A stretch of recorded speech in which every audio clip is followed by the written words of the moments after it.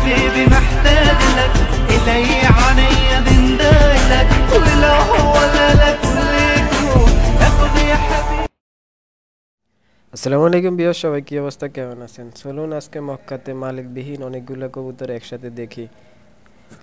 তো আমি আছি এখন মক্কা ইশারা সিদ্দিন আমির আহমেদ মসজিদের সামনে। তো এখানে একটি ইশারা বলতে এটা সিগন্যাল, চারপাশে রাস্তা।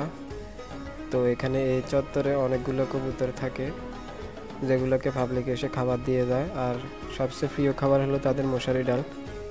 তো আমি এদিকে যাওয়ার পথে দেখলাম একসাথে অনেকগুলো কবুতর, খুবই সুন্দর লাগছে দেখে। তো ভাবলাম হাতে যেহেতু একটি ফোন আছে, তো ভিডিও করে আপনাদের সাথে শেয়ার করি। প্রিয় ভিউয়ার্স, আপনারা দেখতে পাচ্ছেন যে কবুতরগুলো, এগুলো কিন্তু বাংলাদেশের সৌদি আরবে দেখা যায়। যেমন বাংলাদেশে শাহজালাল মাজারে সম্ভবত আছে, আমি কখনো শাহজালাল মাজারে যাইনি, তবে শুনছি শাহজালাল মাজারে জালালি কবুতর আছে। তো ঠিক এখানেও মক্কাতে এবং মদিনাতে অনেকগুলো পায়রা দেখা যায়। তো খুবই সুন্দর লাগে, ভিডিওর সে যদি সামনাসামনি দেখতেন অনেক সুন্দর লাগতো। ভিউয়ার্স, আপনারা দেখতে পাচ্ছেন আমি কিন্তু এই কবুতরগুলোর একদমই সামনে, তারা কোনো ভয় পাচ্ছে না, তারা নির্ভয়ে খাবার খেয়ে যাচ্ছে।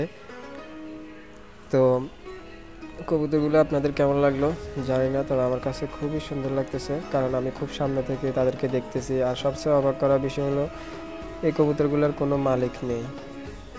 তো এই কবুতরগুলোর নির্ভয়ে এখানে বসবাস করতে পারে। মক্কাতে এবং মদিনাতে হাজার হাজার কবুতর আছে। মদিনাতে একটি জায়গার নাম আছে কবুতর চত্বর, মক্কাতে একটি জায়গার নাম আছে কবুতর চত্বর। মানে কাগজে কলমে নাম নেই, নামগুলো কিন্তু বাঙালিরাই রেখেছে চীনের স্বার্থে। চারিদিকে দেখতেই পাচ্ছেন রাস্তা আর গাড়ি যাচ্ছে, এদিকে রাস্তার উপরেও চলে আসছে, তাদের কোনো ভয় নেই। তো আপনারা যদি এরকম দৃশ্য দেখতে চান তাহলে অবশ্যই মক্কাতে চলে আসবেন যারা সৌদি আরবে আছেন। তো ভিউয়ার্স, ভিডিওটা আপনাদের কেমন লাগলো জানাবেন কমেন্ট করে, আর আমার চ্যানেলে নতুন হলে অবশ্যই সাবস্ক্রাইব করতে ভুলবেন না। আল্লাহ হাফেজ।